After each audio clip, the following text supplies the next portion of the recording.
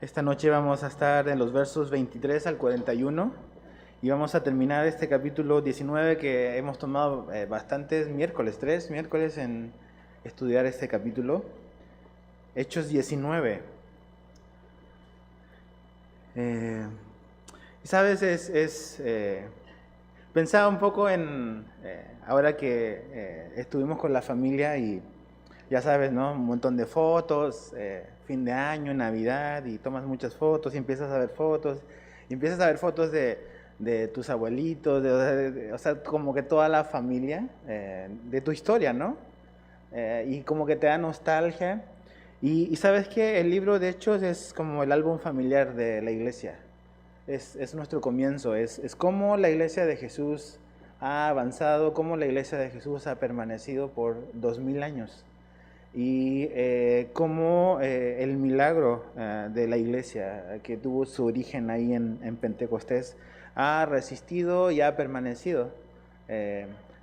Gobiernos, dictaduras, tiranos, porque finalmente está pues sobre la roca que es Jesús. Y la historia de esta noche es una historia interesante porque Lucas, el autor de Hechos, toma bastantes versículos para relatarnos un incidente que ocurre, donde realmente el protagonista que ha venido siendo, por ejemplo, Pablo, realmente solo es mencionado como circunstancialmente, realmente él no tiene un papel quizás como que fuerte, pero vemos una situación donde vemos precisamente eso, la dificultad, la adversidad, y cómo pues la iglesia y el evangelio fue avanzando en el primer siglo. Ahora, creo que es padre que veamos precisamente estos capítulos en estos miércoles que habíamos estado estudiando, porque precisamente comenzamos a estudiar 1 Timoteo. Y este joven pastor que comenzamos a estudiar el domingo está en esta ciudad y este es el comienzo, son los orígenes de la iglesia a la cual finalmente Pablo envía a Timoteo a que tome como el pastorado por un tiempo. Entonces, si estás ahí en Hechos 19, vamos a leer los versos 23 al 27 y dice así. Dice, hubo por aquel tiempo un disturbio no pequeño acerca del camino, dice, porque un platero llamado Demetrio, que hacía de plata templecillos de Diana, daba no poca ganancia a los artífices, a los cuales, reunidos con los obreros del mismo oficio, dijo, varones, sabéis que de este oficio obtenemos nuestra riqueza, pero veis y oís que este Pablo, no solamente en Éfeso, sino en casi toda Asia, ha apartado a muchas gentes con persuasión, diciendo que no son dioses los que se hacen con las manos. Y no solamente hay peligro de que nuestro negocio venga a desacreditarse, sino también que el templo de la gran diosa Diana sea estimado en nada y comience a ser destruida la majestad de aquella a quien venera toda Asia y el mundo entero. Entonces, Señor, te pedimos que abra nuestro corazón y entendimiento y que lo que tú quieras mostrarnos y lo que tú quieras enseñarnos aquí, tú lo puedas hacer en nuestro corazón. En el nombre de Jesús. Amén. Pablo ha estado, y sabemos por lo que estos capítulos 18, 19 y 20, que Pablo estuvo 3 años en esta ciudad de Éfeso. Es, al menos registrado, es la ciudad en la cual él pasó la mayor parte de su tiempo, como en una iglesia en particular. Entonces, ¿qué es lo que hemos visto hasta ahora? Por ejemplo, los primeros versículos veíamos de que cuando Pablo llegó ahí encontró a un grupo de discípulos que Pablo notó que les faltaba algo, ¿se acuerdan? Y básicamente lo que a ellos les faltaba era esta experiencia o esta tercera parte que decíamos de relación con el Espíritu Santo, que es como el bautismo o ser llenos del Espíritu Santo. Y Pablo oró por ellos y ellos recibieron el Espíritu Santo. Después vimos que Pablo tuvo esta interacción con estos exorcistas ambulantes que estaban ahí, y eso nos va pintando un poco como que la oscuridad espiritual en la cual estaba Éfeso. Éfeso era una ciudad donde había mucha actividad espiritual y seguramente demoníaca, donde había pues precisamente todos estos exorcistas que ejercían ahí pues, su oficio o sus labores. Y también estaba el templo de la diosa Diana, donde había todo tipo de actividad inmoral. Entonces, Éfeso era una ciudad bastante obscura, donde probablemente, realmente, al ser una ciudad tan importante, donde tenía tanta influencia sobre muchos lugares, la resistencia ahí fue muy grande. Entonces, pero que a pesar de esa oscuridad y a pesar de la resistencia, terminamos viendo el último miércoles que nos reunimos de que la palabra de Dios crecía y prevalecía y realmente Dios estaba haciendo grandes cosas. Pero llegamos al verso 23, donde dice que comenzó un disturbio. Y es como una especie de conspiración la que va a ocurrir y la que va a tomar forma acá. Y a la cabeza de esta conspiración va un hombre que Lucas menciona y se llama Demetrio.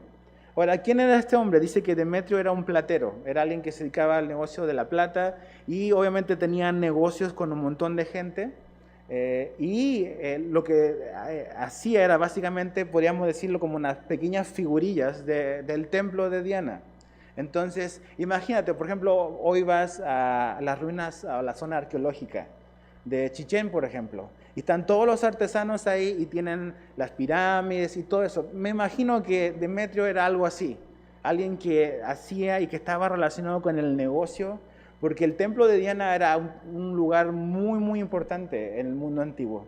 Entonces mucha gente llegaba como en un peregrinaje espiritual a esa ciudad, donde juntamente con toda la adoración a Diana había obviamente mucho negocio con turismo religioso y también mucho negocio con todo lo que eso genera. Entonces este hombre estaba haciendo estas cosas y este hombre empieza a conspirar y empieza a pensar y empieza a ver de que realmente esto del evangelio es una amenaza para él.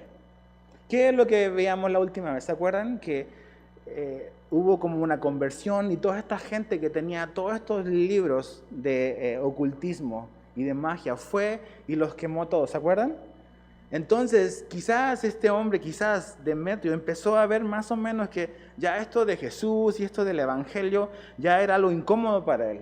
Y que tarde o que temprano quizás iba a molestar y iba a causarle un problema.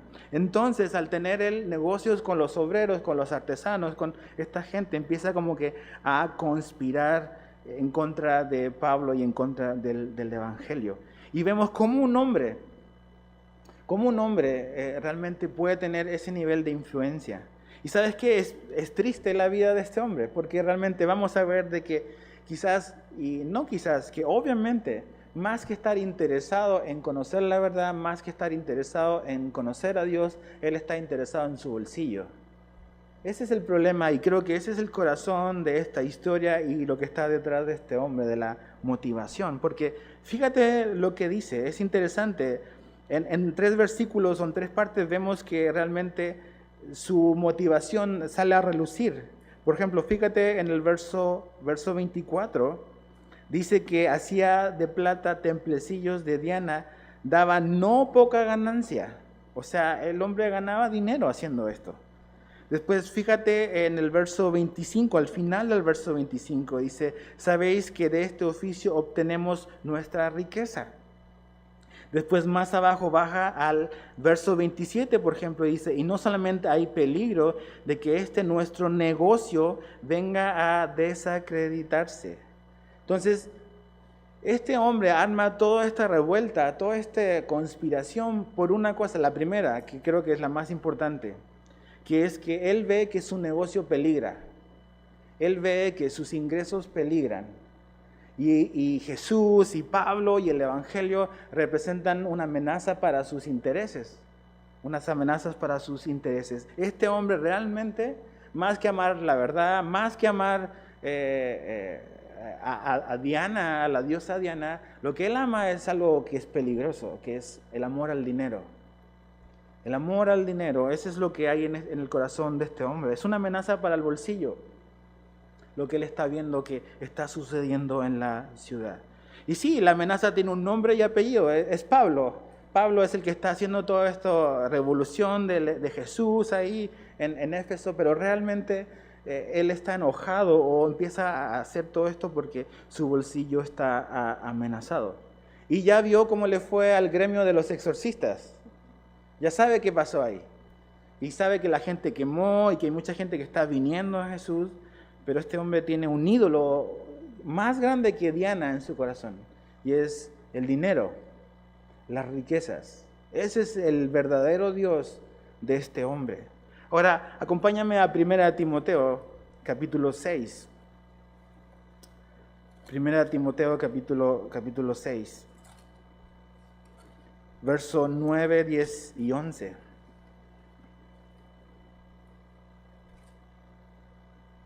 Pablo aquí nos habla sobre el peligro que hay en nosotros o lo fácil a veces que es desviarnos. La Biblia dice claramente que el amor al dinero es un problema. La Biblia nunca dice que el dinero es un problema. El dinero es neutro, podríamos decir. Pero la actitud del corazón, el cómo lo usamos, las motivaciones, ahí es donde está el problema. Y aquí Pablo habla en 1 Timoteo capítulo 6, versos 9 y 10, dice así: porque los que quieren enriquecerse caen en tentación y lazo, y en muchas codicias necias y dañosas que hunden a los hombres en destrucción y perdición. Porque raíz de todos los males, chécate, no dice de algunos males, de todos los males, la raíz, dice, de todos los males es el amor al dinero, el cual codiciando algunos se extraviaron de la fe y fueron traspasados de muchos dolores. Y sabes que esa es como una radiografía del corazón de este hombre, de Demetrio. Realmente él no tiene un interés genuino por su religión, por decirlo de alguna manera. Realmente él siente que su ídolo se le va a caer, que es dinero, que es riqueza. Y sabes que tú y yo no estamos exentos de eso. Finalmente Pablo, cuando escribe en 1 Timoteo, y lo vamos a estudiar algún domingo, le está hablando a Timoteo, pero es una carta que iba a ser leída en una iglesia, públicamente. Y Pablo habla del peligro que representa para un creyente el amor al dinero. Dice que es la raíz de todos los males. Y realmente es como un lazo, es una trampa y que trae muchos dolores a nuestra vida. Pablo, y otra vez, no es problema, o sea, Dios nos puede y nos va a bendecir y nos puede bendecir con cosas materiales. De hecho, al final del capítulo 6 dice que Dios hizo las cosas para que las disfrutemos. Pero hay una diferencia y hay una línea entre disfrutar y traspasarnos y que sea algo que nos gobierne, algo que nos defina también nuestra identidad, quiénes somos. Dependiendo de cuánto tenemos o de lo que tenemos, así nos sentimos o así creemos que somos. Entonces aquí Pablo habla del peligro y sabes que la solución realmente no es tener más, es tener contentamiento, es tener contentamiento con lo que tenemos. Dice en 1 Timoteo 6, verso 11, dice: mas tú, oh hombre de Dios, huye de estas cosas. Huye del amor al dinero, huye de todas las cosas que él obviamente menciona arriba. Pero la cura y la solución es contentamiento. Estar satisfecho con lo que Dios te ha dado. Porque siempre estamos en una carrera por querer más. Y este hombre, Demetrio, pues quiere más, no quiere perder lo que tiene, ve a Pablo y a Jesús como una amenaza que está haciendo así, es una amenaza para lo que él ha obtenido, para lo que él hace. Ahora mi pregunta para ti ¿es Jesús una amenaza? ¿Representa una amenaza para lo que tú has conseguido? ¿Es Jesús un tropiezo para lo que quieres alcanzar o a donde quieres llegar? Jesús dice que bienaventurado es el hombre, aquel que no encuentra en Jesús tropiezo. Para Demetrio, Jesús fue un tropiezo, el evangelio fue un tropiezo. Representaba una amenaza, el negocio peligra, el dinero peligra, tener más dinero peligra. Ahora, acompáñame a Lucas 19.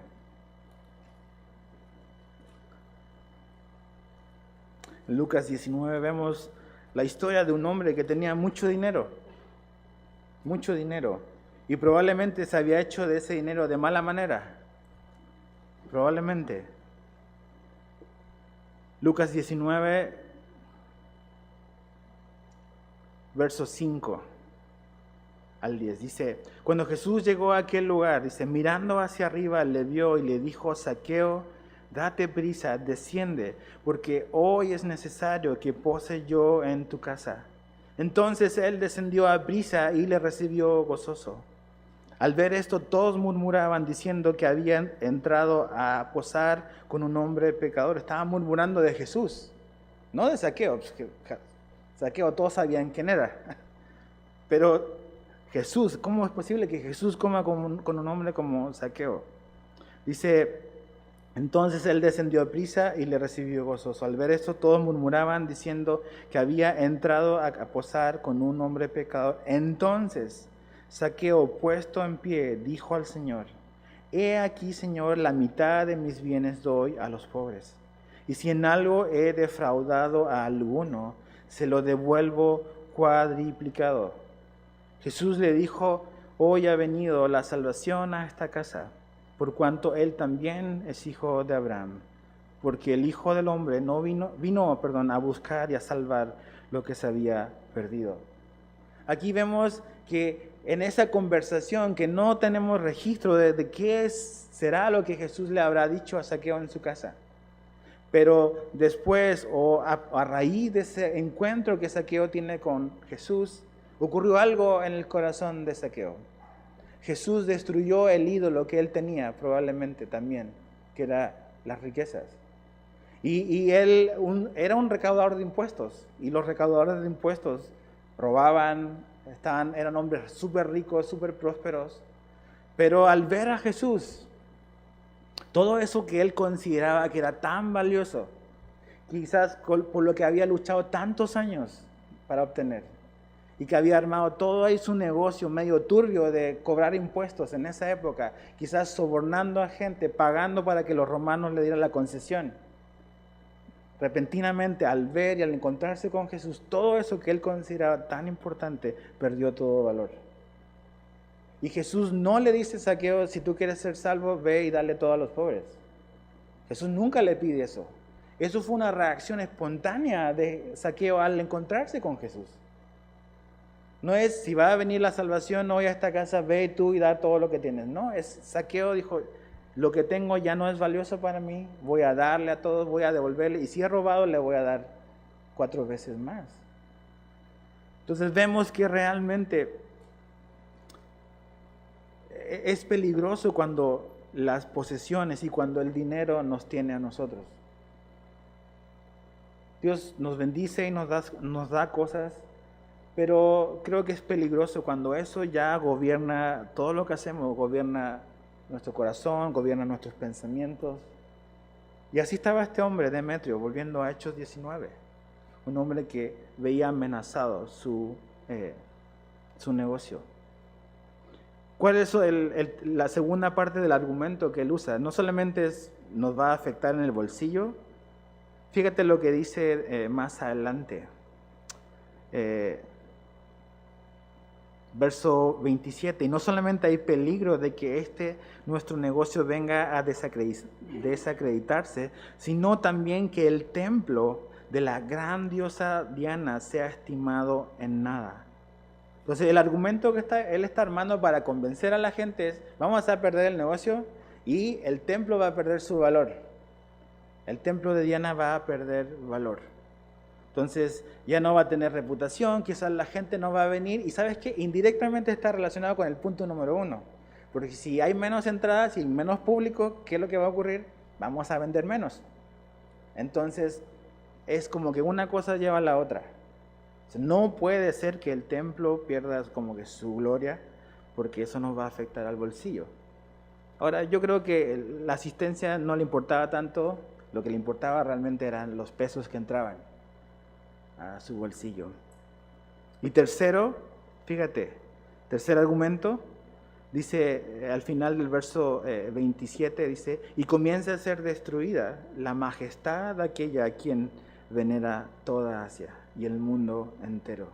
O sea, no solamente que peligra el negocio, no solamente que el templo peligra, sino que también nuestra deidad pueda perder su grandeza. Diana. Ahora, pensaba un poco en esto.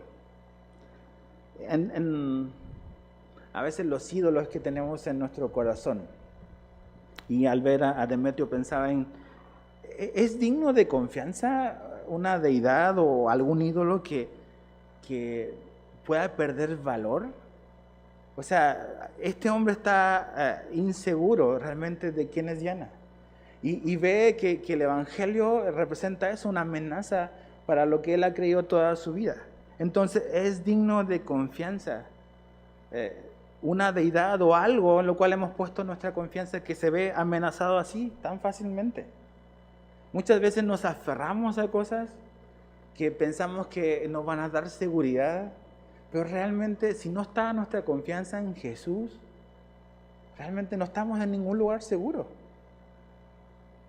O sea, este hombre ha puesto su confianza en eso, claro, es su negocio, pero hay gente que lo va a seguir, que quizás sí tenía de verdad puesta su confianza en Diana y en el templo. Pero realmente la pregunta sería, ¿vale la pena confiar en algo que se puede perder o que puede ser destruido? No vale la pena, ¿ves?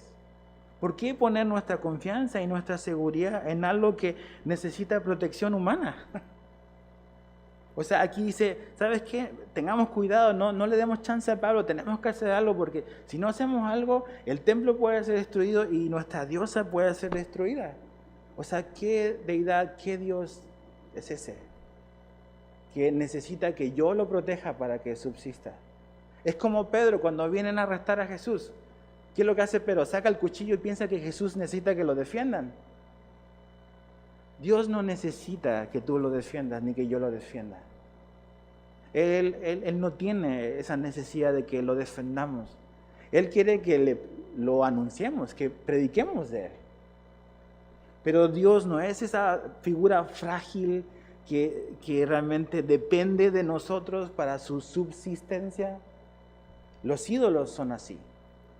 Y sabes que cualquier cosa que tú y yo tengamos en el lugar de Dios, sea tu trabajo, sea mi trabajo, sea lo que sea, si no es Jesús, estoy en un lugar inseguro, frágil. Porque yo tengo que cuidarlo, yo tengo que protegerlo, yo tengo que mantenerlo. Pero Jesús no necesita que nadie lo defienda. De hecho, Él nos defiende a nosotros. Él realmente es el que ha hecho todo por nosotros, por su creación.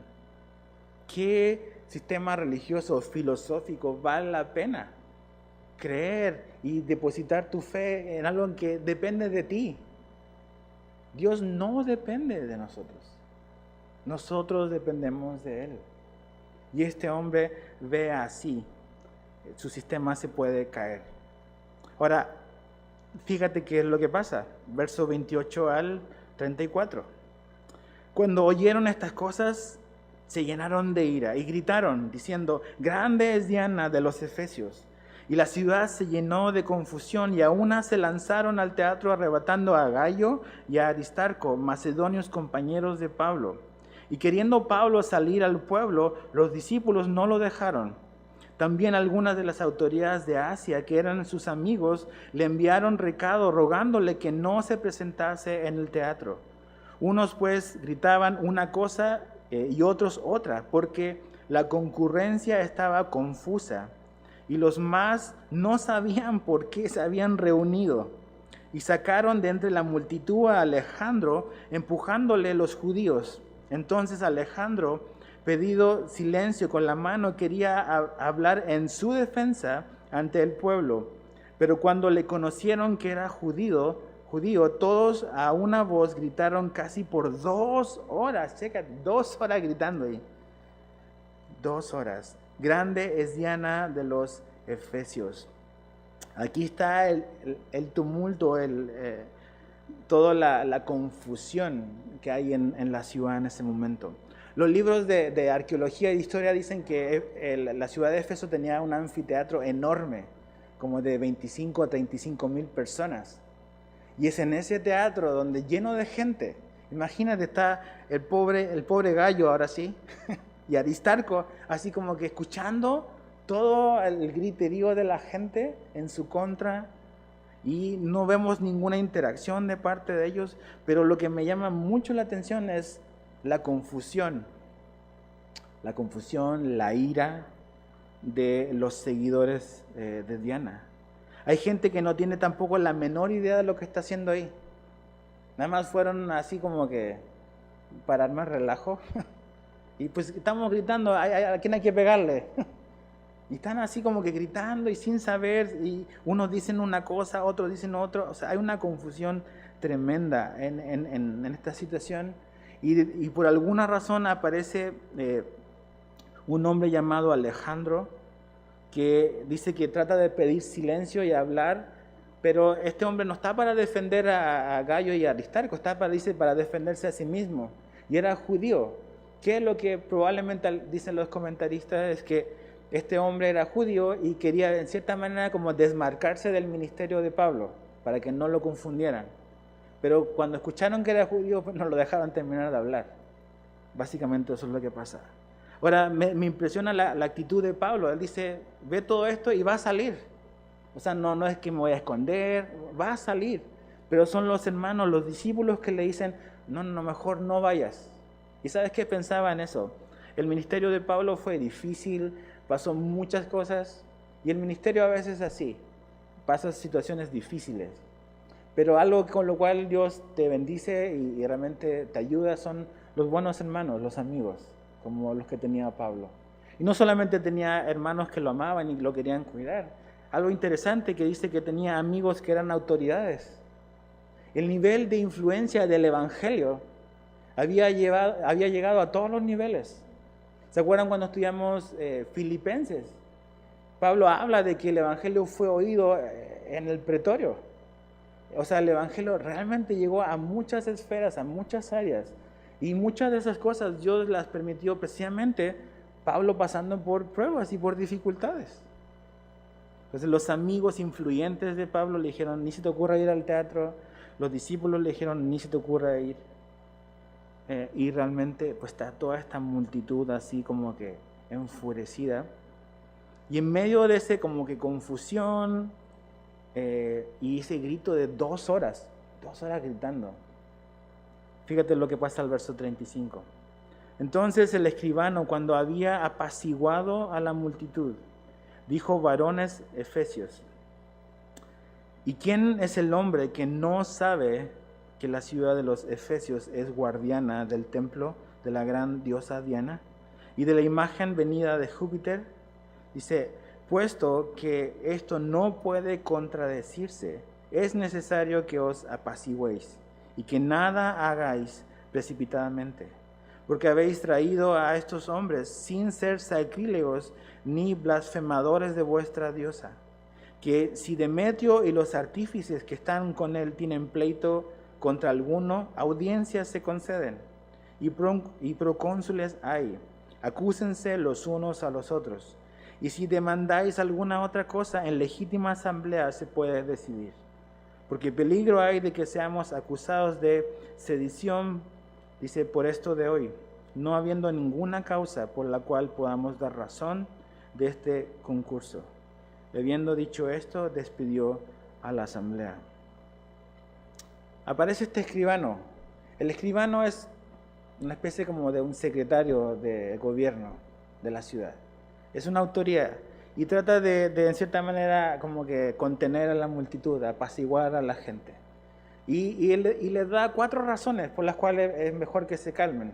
La número 1 es, necesitamos calmarnos porque realmente, o sea, dice, ustedes saben de que Éfeso va a seguir siendo la guardiana de Diana. Fíjate en el verso 35.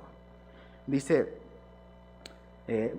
varones de Efesios, ¿y quién es el hombre que no sabe que la ciudad de los Efesios es guardiana del templo, de la gran diosa Diana y de la imagen? Dice, esto no puede contradecirse. O sea, no se preocupen, ustedes van a seguir siendo los guardianes de Diana. Ahora, otra vez mi pregunta.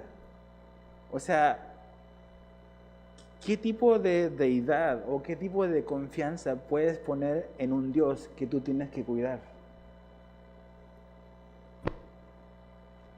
¿Qué confianza puedo poner en algo que yo tengo que mantener? Ninguna. Ahora tú dices, claro, es Diana. Ahora, ¿qué dioses hemos construido nosotros? ¿Qué ídolos hay en nuestro corazón? Que hemos edificado y hemos puesto en un lugar, y nuestra identidad depende de eso. Depende de eso, de que lo tenga, de que tengo que mantenerlo, de que no. ¿Vale la pena poner tu confianza y tu fe en algo que puedes perder? ¿En algo que tú tienes que cuidar y proteger? Es absurdo. Es absurdo, pero ese es el argumento. Ustedes van a seguir siendo guardianes de Diana, y con razón terminó el culto a Diana. Con los años, ya no existe. ¿Ves? El segundo argumento que él da es interesante. Él dice, estos hombres son inocentes. Fíjate el verso 37. Dice, porque habéis traído a estos hombres sin ser sacrílegos ni blasfemadores de vuestra diosa. Ahora aquí hay algo importante que quiero hablar. Muchas veces como cristianos somos bastante hostiles, sobre todo en un país como México, en contra de los católicos. Y con toda esta veneración a María que sabemos que está mal, que no es bíblica. Pero algo interesante que veo en la actitud y en el argumento que da este hombre es que ni Gallo, ni Aristarco, ni Pablo fueron hombres que blasfemaron y dijeron algo en contra de Diana explícitamente, abiertamente. ¿Y sabes qué? Creo que eso es algo que debemos de entender. Creo que atacando a alguien no ganamos mucho. Creo que hemos sido llamados a mejor a encender un foco más grande. Las personas están con su velita y su cerillo de luz, con su ídolo. Pero cuando pones al lado el foco y la luz impresionante de Jesús, ese cerillo pierde importancia. Entonces, que Dios nos dé un corazón humilde y no ser contenciosos con los demás. Creo que es algo que podemos aprender de estos hombres, que en ningún caso ellos ni blasfemaron ni fueron sacrílegos con la diosa Diana, porque no estaban ahí para eso. Ni Pablo ni su equipo misionero no estaban ahí para eso. ¿Estaban para qué? ¿Cuál era el mensaje de Pablo? Es Jesús. Y ese debe ser siempre nuestro mensaje. Sí, Pablo habla en 1 Corintios que los ídolos no son nada, y obviamente. Pero ese no es el enfoque y no es la prioridad de nuestro mensaje, atacar a otro por lo que cree. Nuestro mensaje es presentar a Jesús. Esa es la prioridad de nuestro mensaje. Y eso es lo que estos hombres hicieron. Y fue tan evidente que el secretario de la ciudad se dio cuenta de eso, de que estos hombres en ningún momento habían atacado a Diana en lo absoluto, o habían blasfemado en contra de ella. Estos hombres estaban siendo acusados ahí porque habían predicado a Jesús y porque el evangelio de Jesús estaba funcionando, estaba salvando a gente, personas estaban convirtiendo. Y eso es lo que tenemos que hacer. A veces somos demasiado conocidos y a veces en las redes sociales somos buenos para los pleitos y pelear y argumentar, y hay muchos teólogos en internet que lo único que quieren es exponer sus argumentos y buscar pleito. Damos un pésimo testimonio cuando hacemos eso. Mejor dediquémonos a lo que sí tiene el poder para salvar, y es el evangelio de Jesús. El evangelio de Jesús. Ese es el tercer argumento. El segundo. El tercero que da el escribano es, ¿sabes qué, Demetrio? Si tienes un problema con ellos, hay un camino legal. O sea, ve a un tribunal, hay gente que puede hacer justicia, y en vez de andar armando una revuelta, sigue el proceso legal. Síguelo. Y cuarto, quizás creo, a lo mejor, el que más le tenía miedo al escribano, dice que se nos puede acusar de sedición, verso 40. Dice, fíjate, porque peligro hay de que seamos acusados de sedición por esto de hoy. Éfeso era una ciudad donde estaba obviamente bajo el imperio romano, pero ellos gozaban de cierta libertad por ser una ciudad importante. Pero un incidente así, donde hay 25,000 personas en el anfiteatro, y todo Éfeso y toda Asia se enteró de lo que estaba pasando ahí, eso los ponía en el radar, créeme, del imperio romano. Y ellos querían evitarse un problemón. O sea, el secretario, el escribano dijo, mejor le bajamos porque si no, allá arriba van a saber y nos vamos a meter en un gran problema. Mejor le dejamos aquí. ¿Y sabes qué? Pues se calmó la cosa.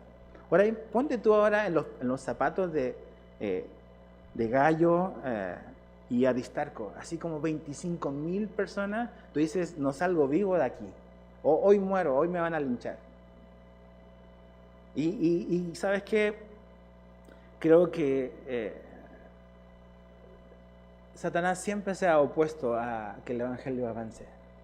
La semana, bueno, el último miércoles que estudiamos, que vimos, Pablo mencionó que él ya quería ir a Roma.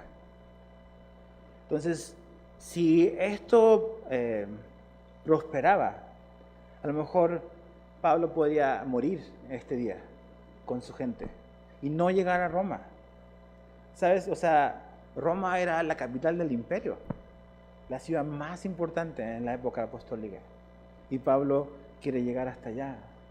Y quizás esto representaba un estorbo, una amenaza. Y Satanás siempre se ha querido interponer en los propósitos de la iglesia, que son los propósitos de Jesús.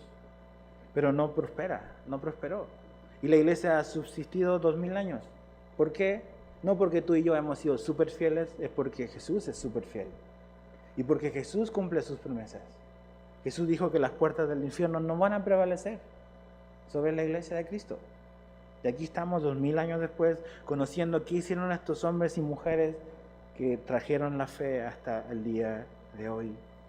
Ahora, para terminar, creo que hay cosas importantes que debemos de observar aquí. Por un lado vemos que Éfeso y el templo a la diosa Diana ya no existen. Hay puras ruinas hoy. También vemos que la religión de Diana, como dice ahí, que era conocida en el mundo entero, tampoco existe hoy en día, es inexistente. El platero y su gremio tampoco existen. Y si no fuera por la gracia de Dios que aparece mencionado en Hechos 19, no tendríamos la menor idea. Este hombre no dejó ningún legado. Nada más aparece por lo malo que hizo. Pero en contraste, la iglesia de Éfeso, tenemos toda una carta de la iglesia de Éfeso. Fue una iglesia y un punto que Dios usó para influir en toda Asia. Y no es que Pablo hizo todo, pero mucha gente que estaba en Éfeso pudo llevar el evangelio a muchas partes de Asia. También tenemos a Éfeso en 1 y 2 Timoteo. El legado de esa iglesia tan importante que Pablo tuvo que enfrentar como este tipo de cosas. Tenemos el legado de ellos. Y también tenemos la carta de Apocalipsis de Éfeso. Una iglesia súper importante en los planes y en los propósitos de Dios, pero costó trabajo. Y sabes que hacer iglesia y comenzar iglesia cuesta trabajo. Cuesta trabajo. Una persona, un misionero, una vez dijo algo que me gustó mucho. Decía que plantar iglesia era como el deporte extremo del cristianismo. Que realmente quieres vivir algo extremo, ve y planta una iglesia y vas a ver qué extremo es y qué padre. Entonces vemos esta iglesia, cómo Dios realmente la cuidó y que a pesar de todas estas cosas no prevaleció el mal en contra de ella. ¿Qué cosas podemos aprender también de Pablo y de su ministerio? Y creo que eso nos pueden ayudar en la cultura en la que vivimos. Número 1 es que tanto en Corinto, que es la ciudad que vimos antes, como en Éfeso, la estrategia de Pablo era la siguiente. Él fue a una sinagoga a predicar de Jesús. O sea, eso quiere decir de que el primer lugar donde él hablaba de Jesús era en un ambiente religioso. En un ambiente no secular, sino religioso. Y sabes que es ahí donde predicamos y hablamos y enseñamos en las iglesias, en un ambiente donde la gente está familiarizada con las cosas de Dios y las cosas espirituales. Pero no es el único lugar donde Pablo enseñó y predicó. ¿Se acuerdan? Tanto en Corinto como aquí en Éfeso, lo vimos el miércoles pasado. En Corinto él se fue a la casa de un hombre llamado Justo, en un lugar podríamos decir neutral, no religioso, donde después de que lo rechazaban en la sinagoga, él fue a una casa y ahí predicó y ahí mucha gente conoció a Jesús. en Éfeso fue a la escuela de Tirano, ¿era el nombre? O sea, era una escuela, no era una iglesia, no era un templo, era un lugar imparcial donde la gente podía ir y escuchar, sin sentirse quizás amenazado de voy a ir a la iglesia. Y gente a lo mejor que no tiene ningún trasfondo religioso y espiritual podía ir más fácil a la escuela de Tirano que a una sinagoga. ¿De qué estoy hablando? Que tenemos que ser sabios y astutos y pedirle a Dios de que nos conceda puertas y nos abra puertas, no solamente como iglesia, pero hay una puerta que Él ya ha abierto en el mundo secular, que es tu vida, tu trabajo. O sea, todos aquí tienen un trabajo, todos tenemos relación en el mundo secular. Esa es una puerta que Dios te ha abierto para que tú en ese lugar, donde es un lugar neutral, tú puedas compartir tu fe de Jesús, del Evangelio. Eso hacía Pablo. En un lugar religioso y en un lugar secular, él iba y aprovechaba las oportunidades. ¿Qué otra cosa? El ministerio de Pablo tenía un fuerte énfasis en dar razones de la fe. En el capítulo 18 y en el capítulo 19 vemos una palabra que se repite varias veces, que es discutía y razonaba o argumentaba. Y eso, cuando habla de discutir, no es pelearse. La palabra tiene que ver con dar razones lógicas de la fe. Y sabes que el ministerio de Pablo era así. La palabra persuadir aparece muchas veces. Él persuadía a la gente. Él quería dar argumentos a la gente para que el cristianismo y la fe en Jesús fuera algo lógico, algo que la gente pudiese entender. Y al entender, ellos pudiesen creer y pudiese ocurrir la conversión. Entonces, eso significa que podamos aprender tú y yo, de que tenemos que prepararnos. No todo va a ser suficiente que le digas Jesús te ama. Algunos sí, pero no todos va a ser suficiente decirle Jesús te ama.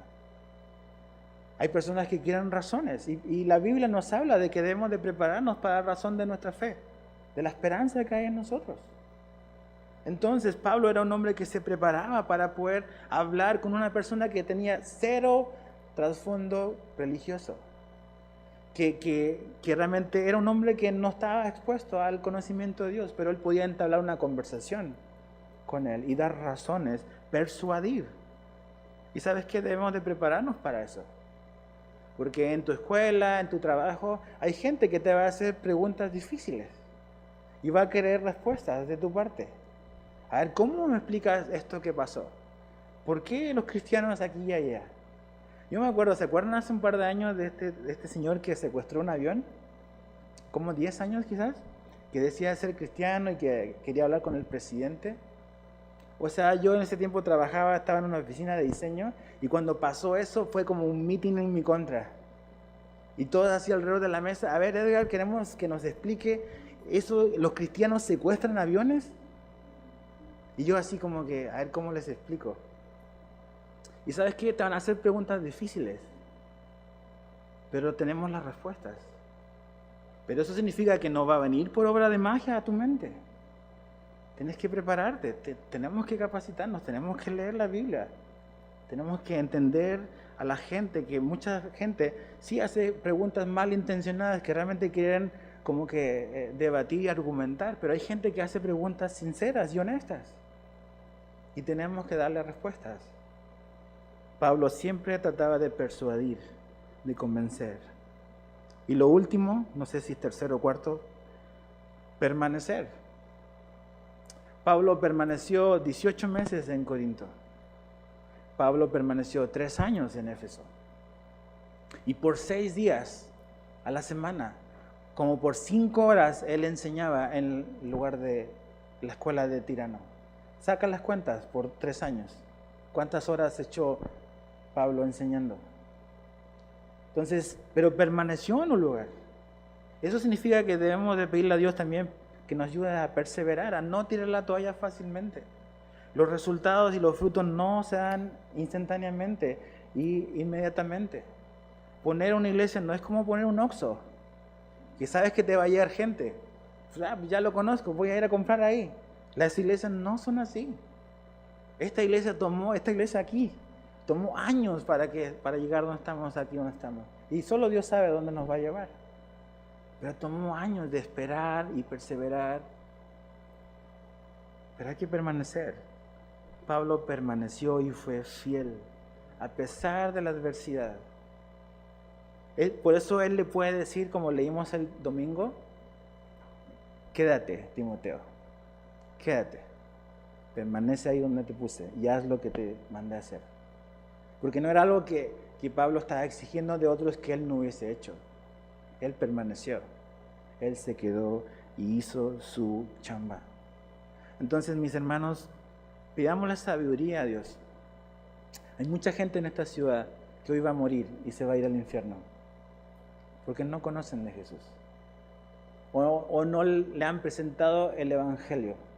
Le han presentado moralismo, le han presentado religión, pero no le han presentado el evangelio de que Jesús murió por nuestros pecados y vivió la vida que tú y yo no podíamos vivir, y que si creemos en Él podemos ser justificados y obtener la salvación.